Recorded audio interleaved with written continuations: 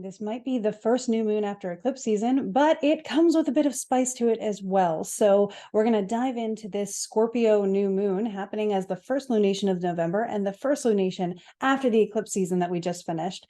And we're going to see why it might also bring some radical change and a lot of big feeling. So I'm going to go ahead and I'm going to share my screen so that you will all be able to see what I'm looking at on the Luna astrology program that I really like to use for presentation because it does a really good job.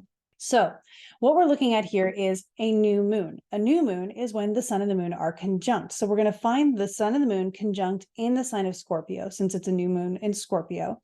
And we come down here and there they are. So the location depends on where you are. That's going to tell you which of the houses this lunation will occur in. What we're noticing here is it happens at 4:27 a.m. on the East Coast. So that, of course, is not yet sunrise, which is why the sun and the moon are below the ascendant or below the rising horizon.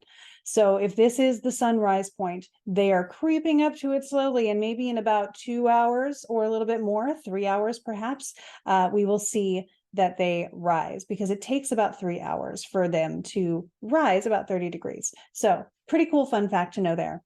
But back to the sun and the moon and the ruler of the lunation, of this lunation, which is Scorpio, ruled by Mars. So what we can see here is not only do we have the sun and the moon conjunct, but Mars is right there. And because the sun and the moon are moving a little bit faster than Mars does, Mars is not going to continue pulling ahead before the sun catches up to Mars. And later in the day, even in a few hours, the moon will catch up to Mars. The moon can move 13 degrees a day.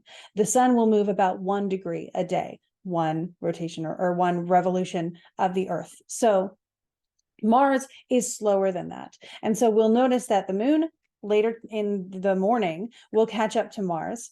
And then later in the week, by Friday, we will have the sun and Mars conjoining in Mars's sign of Scorpio. So this is really intense and powerful for Mars. Mars rules Scorpio. And of course, the sun conjunct Mars is a cazimi. So that's a really interesting moment of Mars being refined to Mars's purest form. At this point, we're not quite there yet. So this is Mars combust, a little bit too burned up to do what Mars would do. If you were to try to find Mars in the sky, you would get blinded instead, because you would be staring at the sun, because from our perspective, Mars is so close to the sun that you'd have to actually be looking at the sun to find Mars, and we don't do that. So the same can be said at this moment for the moon. This is why we're going to have a full darkness of night, not because the moon has gone black, but because the moon is simply so close to the sun from our perspective that it is outshone during the day, or, wherever the sun and the moon happen to be at that time. So it will be outshone as everything rises and goes through and culminates and sets. So that's what we're looking at as far as the astronomy of the situation. Now let's dive into the astrology a little bit. Mars, again, in domicile, in the sign of Mars's rulership, also next to the sun. So yes, Mars is combust under the beams of the sun, very much getting towards the heart of the sun. But when a planet is in the same sign as its domicile along with the sun, we also consider this another dignity called chariot. It is in chariot with the sun. If you think about the sun as Apollo with the chariot, Mars is in there. Mars is in the chariot. And so we are looking at Mars in chariot, although combust. The only thing working against Mars's favor in this situation is the fact that Mars is so close to the sun, but not quite in the heart of the sun.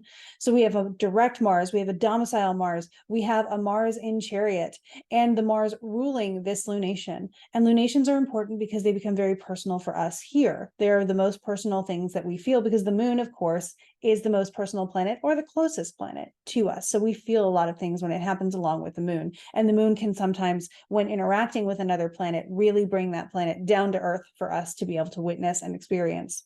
So in this sense, we're looking at that and thinking, okay, Scorpionic moon, that's pretty deep.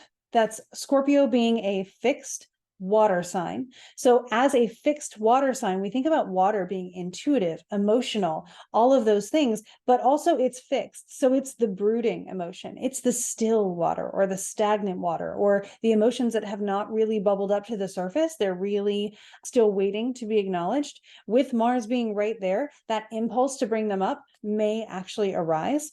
And I think we have even more of a reason to consider this, to think that it might happen, because if you follow this red line here, not only is this pretty close to a trine with Uranus, but we also see it's very close in opposition, with Neptune down here, trine with Neptune, opposition with Uranus, the one I'm really excited to talk about here. Uranus, by keywords, can bring excitement, can bring change, can bring revolution, can bring an overhaul of things. Uranus likes to pivot in a very big way. So when we see Uranus, we automatically think unpredictable. So when we have a new moon with Mars down here, when these guys, sorry about that. When these guys are down here, and we already know this is quite the brooding yet impulsive emotions possibly coming up to the surface, wanting to take action moon, we're also seeing that impulse to act, that lack of thinking ahead aspect may come from Uranus saying, hey, just do it, try it, don't look before you jump, see what happens. So this is why in my suggestion for this lunation, we're going to see, I think, a lot of deep and radical change in our perspectives of things and the way we see things, the way we understand things, the way we feel about things. So it's really important when you feel something that feels very big to ask yourself where it's coming from, why you feel that way, why you think that way. And then when you understand the source of that, you can then go onwards and say, okay, I feel this way because this thing makes me feel like this. And that's the source, the root of this feeling that I'm having that might be uncomfortable or it might be totally exciting, depending on how your chart is set up for especially the Scorpio Taurus axis. This might be something that's really exciting for you. It brings, positive things if it's interacting with something in your chart in a positive way. But we also can't ignore the tension that's going on between these three and Uranus. So we do know that there is an impulsivity here. There is perhaps a rashness. There is an unpredictability going on. So however it's manifesting, be careful, be aware, and just be self-curious. I think is a really good option. In fact, the thing I've written down here is to stay curious about events that surprise you and to continue to wonder how they might be happening for you. That way you can avoid frustration and get to understanding a little bit quicker and understand what's going on, how this is working for you. And then it becomes a little bit more exciting as compared to distracting or distressing. So deep, radical changes of perspective, which is great. Some of us love change and are excited for things to change, but sometimes the change is a little bit uncomfortable, so be safe. And as far as an affirmation for this moon, I've decided that a really great phrase might be, I am safe to grow, because it does look like we are being motivated and encouraged with growth here, but also knowing that it's safe to do that, knowing that you can do that on your terms as much as possible is really helpful. Let me just make sure I'm not missing anything else that's really cool happening at this time. It is notable that Jupiter is over here, also by whole sign opposing this. So Jupiter as a benefic, even though not in his best state, may also add to the excitement factor here. But this tightness of the opposition seems to be the chord that is vibrating the most on the guitar right now. So keeping that all in mind, I think it's going to be an interesting day to keep our eyes on. This is happening on Monday, November 13th. Again, 4:27 a.m. is the exact. So that's when the moment culminates and then the energy sort of releases from there. And so typically as an astrological magician, we would not use this moment as our manifesting point in any kind of situation. You would want to use the new moon energy, which is the energy after this moment. And also to note, because this is in Scorpio, this is the moon in fall. So it's still not the moon at her best. She does not have the energy and the support and the resources that she would like to have to bring about her significations, to bring about the things that she is capable of. This is a very martial energy, and Mars is right there as well. So this one might be a really good one to just allow manifestations to reveal themselves to you and then take action on what feels aligned, rather than by saying, I want this and I want this now. because that might be more of the energy that we're feeling. I want it now. Ask yourself why, ask yourself the best way to maybe achieve it, especially without doing harm, and then see if maybe that is something that you can go for, and then use the energy to go for that. This is also a really great day for sports. It's a great day for letting energy out in whatever way you need to, expressing things that maybe don't always have words, for doing art. If there is a way that you let your anger out and vent frustration in a healthy way, this is a great day for that as well. I always like to say martial arts are fantastic for this. I will likely be taking that advice on my own, or going for a run or something like that. So may this day be as productive and blessed as it can be for you.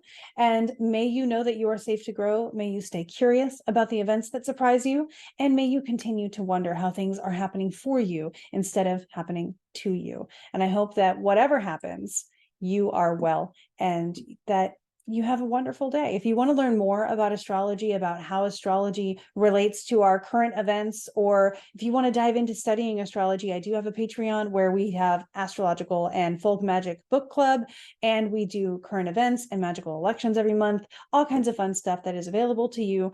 And I look forward to seeing you in whatever capacity is best aligned. Have a wonderful, wonderful new moon.